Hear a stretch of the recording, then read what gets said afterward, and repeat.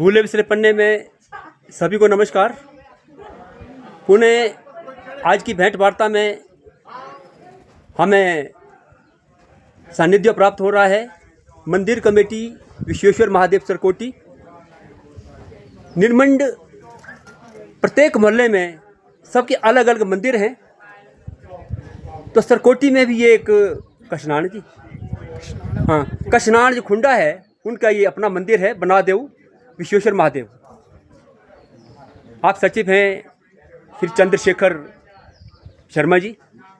इस मंदिर के इतिहास के बारे में आप क्या कहना चाहेंगे? जी, विश्वेश्वर महादेव जी का इतिहास, इस मंदिर का जो इतिहास है वो माँ अंबिका और भगवान परशुराम जी से ही जुड़ा हुआ है इतिहास। सर्वप्रथम जब हम जैसा जानते हैं कि जमदग्नि नाम के एक महान तपस्वी ऋषि हुए हैं, रेणुका जी उनकी पत्नी थी और उनके 5 पुत्रों में से एक परशुराम जी हुए, भगवान परशुराम जी उनके एक पुत्र हुए हैं। उसी काल में सहस्त्रबाहु नाम का एक शक्तिशाली राजा था। जमदग्नि ऋषि के आश्रम में कामधेनु गाय थी जो समस्त मनोकामनाओं को पूर्ण करने वाली हैं। जब सहस्त्रबाहु को कामधेनु गाय की महिमा का पता चला तो उसने उसको अपहरण करने की योजना बनाई। उसके लिए उसने ऋषि आश्रम पर हमला किया और इस हमले में उसने जमदग्नि ऋषि जी की हत्या कर दी। पर फिर भी वह जो है कामधेनु गाय को प्राप्त ना कर सका और गाय जो है स्वर्गलोक को चली गई। परशुराम जी को जब इस घटना का पता चला तब वे वन में गए हुए थे तपस्या के लिए। उन्हें इस बात का पता चला तो उन्हें अत्यंत क्रोध आया और उन्होंने सहस्त्रबाहु का वध करने का प्रतिज्ञा ली उन्होंने इसके लिए। परंतु उनमें भी शायद उतना उस समय इतनी शक्ति उनके पास नहीं थी कि वो उसी समय सहस्त्रबाहु का मुकाबला कर सकते हैं। तो उन्होंने उसके लिए तपस्या करने का, तपस्या के द्वारा शक्तियां अर्जित करने का निर्णय लिया। इसके प्रयोजन से वह हिमालय की ओर निकले, गहन हिमालय में उन्होंने प्रवेश किया। इसी क्रम में जब वह हिमालय में आए, उन्होंने 5 स्थान अलग अलग देवी देवताओं की वहाँ पर स्थापना की, उनसे शक्तियाँ अर्जित की। 4 ठहरियाँ बनाई, वहाँ भी अलग देवताओं का आवाहन किया, उनसे शक्तियाँ प्राप्त की। फिर जब वह अपने अंतिम स्थान निर्मल में पहुँचे, यहाँ उन्होंने 12 वर्ष कंदरा में रहकर माँ जगदम्बा अंबिका की घोर तपस्या की। 12 वर्षों पश्चात जब माँ अंबिका प्रकट हुई तो उन्होंने उन्हें विजयश्री का आशीर्वाद दिया। फिर जब परशुराम जी का सहस्त्रबाहु के साथ घनघोर युद्ध हुआ तो उन्होंने उस युद्ध में अपने फरसे से उसकी सहस्त्रों भुजाओं को काट काट के छिन्न भिन्न कर दिया और उसका वध कर दिया।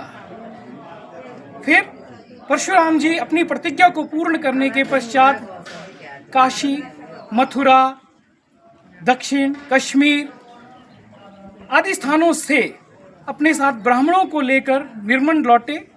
यहाँ उन्होंने विधिवत माँ अंबिका की स्थापना की और उनकी सेवा की जिम्मेवारी उन ब्राह्मणों को सौंपी। इनमें से जो आपने भी कशनान खुंडे का जिक्र किया, कशनान खुंडे का जो तात्पर्य है काशी से आए हुए ब्राह्मणों का जो समूह है वो है कशनान खुंडा।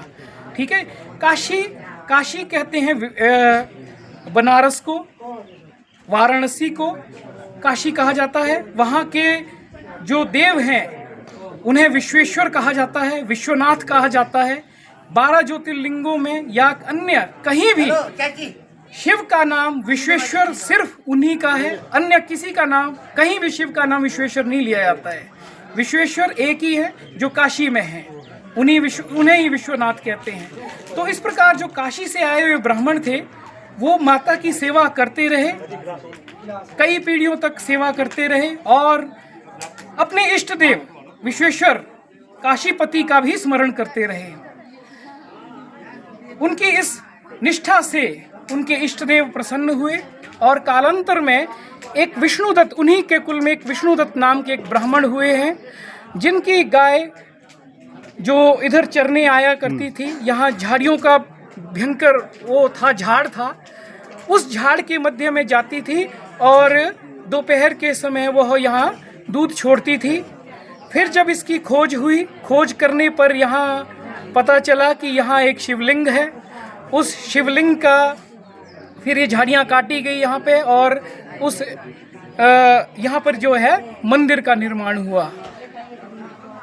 इस मंदिर का निर्माण हुआ। कालांतर में फिर जो इन देवता का जो मुख्य मोहरा है वह भी स्वयंभू है, वह भी स्वयं प्रकट हुआ है। निशानी नामक गांव है, हाँ, यहाँ से लगभग 10-15 किलोमीटर दूरी पर है, चुनागई के साथ लगता है। वहाँ पर जो है देवता साहब का जो मुख्य मीरा है वह जो है हल में, खेत में हल चलाते हुए हल की नोक में लगने से वह प्राप्त हुआ। फिर जब इसकी उनका पूछा गया तो उन्होंने अपने आप को बनादेव कहा। बनादेव, बना जो शब्द है वो बनारस से निकला है। बनारस, बनारस का एक भ्रष्ट रूप है बना। तो बनारस के जो अधिपति हैं वही विश्वेश्वर हैं, वही ये हैं। यह अपने भक्तों को, भक्तों की मनोकामनाओं को, अपने इष्ट, अपने जो जनों के लिए यहाँ प्रकट हुए हैं। ये स्वयं काशीपति हैं, इसीलिए ये यहाँ हम चंद्रशेखर जी, आपका बहुत बहुत धन्यवाद। आपने बड़ी बारीकी से जो बनादेव का जो जिक्र किया वो बहुत ही सटीक और बहुत ही विश्लेषणात्मक आपने इसका अध्ययन करके ये इसकी जानकारी दी। आपको बहुत बहुत धन्यवाद, बहुत बहुत साधुवाद। आप जैसे इतिहासकार, आप जैसे कर्मिठ धार्मिक उत्सवों में भाग लेने वाले, आपके ही द्वारा, आपकी वजह से ही हमारी जो संस्कृति है, हमारा जो हिंदू समाज है, हमारा जो सनातन है, ये बचा हुआ है। आपको कोटि कोटि नमन, आपको कोटि कोटि बधाई, नमस्कार।